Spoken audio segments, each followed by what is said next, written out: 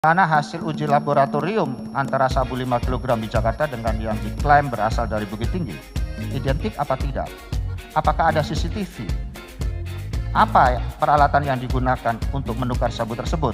Apakah sudah ditemukan pisau atau cutternya, lakbannya, plastik, mesin vakum yang katanya ada di rumah Kapolres? Ini tidak masuk akal yang mulia. Dan lain-lain.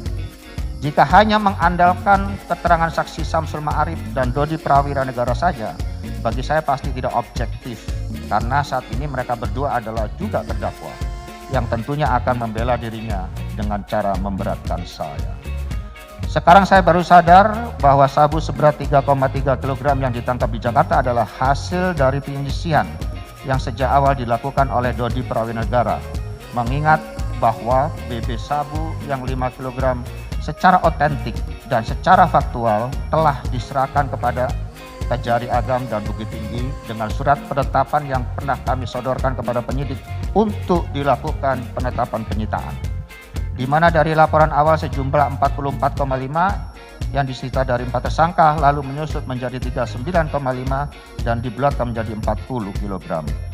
Itu pun belum termasuk dari BB 5 kg, belum termasuk BB sabu dari 5 tersangka lainnya yang belum dilaporkan. Artinya, telah terjadi selisih atau penyusutan sejumlah 5 kg sabu sejak awal.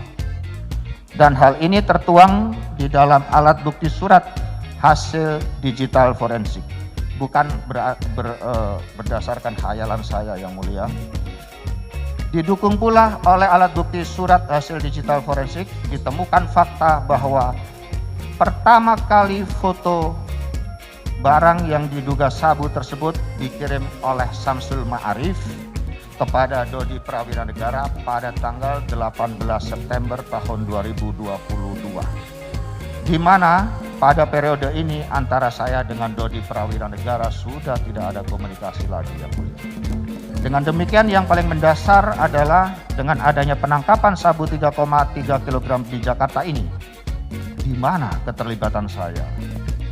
Mohon izin yang mulia, kita ketahui bersama bahwa proses penyidikan kasus narkotika bermula, kami ulangi, bermula sejak adanya penangkapan dan terdapat BB narkotika ada padanya.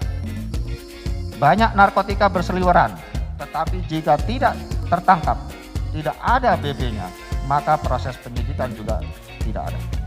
Karena seingat saya tanggal 24 September 2022 setelah saya menduga bahwa Dodi Prawira Negara bertransaksi dengan Linda Pujastuti, sudah jelas saya perintahkan untuk tarik, batalkan, dan musnahkan. Pada peristiwa transaksi antara Samsul Ma'arif dengan Linda Pujastuti tanggal 24 tersebut, 24 September 2022 tersebut, saya juga tidak tahu itu barang sabu dari mana.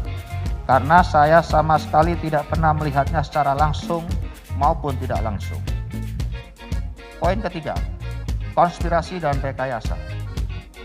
Majelis Hakim yang mulia, dalam proses hukum yang saya alami ini terjadi banyak sekali kejanggalan dan unprocedural yang dilakukan sejak proses penyidikan dan penuntutan dengan memanfaatkan para terdakwa lainnya yang mengarah kepada sebuah konspirasi dan rekayasa untuk membunuh karakter saya, menghentikan karir saya, dan menghancurkan hidup serta masa depan saya yang tentunya berdampak terhadap keluarga besar saya. Bahkan akhirnya bertujuan untuk membinasakan saya. Barangkali bukan hanya itu, tim penasihat hukum ke-6 tersangka, yaitu Adril Purba juga gencar menyerang saya dalam pemberitaan di media massa. Jaksa penuntut umum pun secara otomatis harus melakukan estafet yang sama tentang apa yang dilakukan dari penyidik. Padahal menurut ahli hukum pidana yang dihadirkan oleh jaksa penuntut umum di persidangan, Dr. Eva Ahyani Zulfa SHMH, mengatakan secara berulang-ulang bahwa proses penegakan hukum tidak boleh atau tidak sah jika dilakukan dengan secara melawan hukum. Konspirasi dan rekayasa tersebut dapat saya uraikan dengan beberapa indikator sebagai berikut. Subpoin A, proses penetapan tersangka. saya ditetapkan sebagai tersangka dan ditangkap pada tanggal 13 Oktober 2022. Padahal saya sama sekali belum pernah diperiksa dalam kapasitas sebagai saksi atau apapun. Padahal sudah jelas bahwa prosedur penetapan seorang menjadi tersangka harus melalui pemeriksaan terlebih dahulu. Hal ini mengesankan bahwa saya memang dididik untuk dijatuhkan. Dan sekarang terbukti bukan hanya dijatuhkan, namun juga dibinasakan. Poin B, kecukupan 2 alat bukti.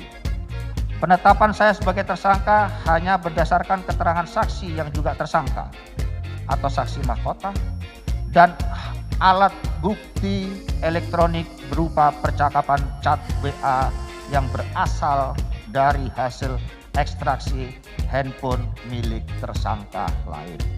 Jadi bukan handphone milik saya yang mulia. Handphone milik saya tidak pernah ditampilkan yang mulia. Namun, bukti percakapan chat WA diperoleh dengan cara yang melanggar ketentuan pasal 6 Undang-Undang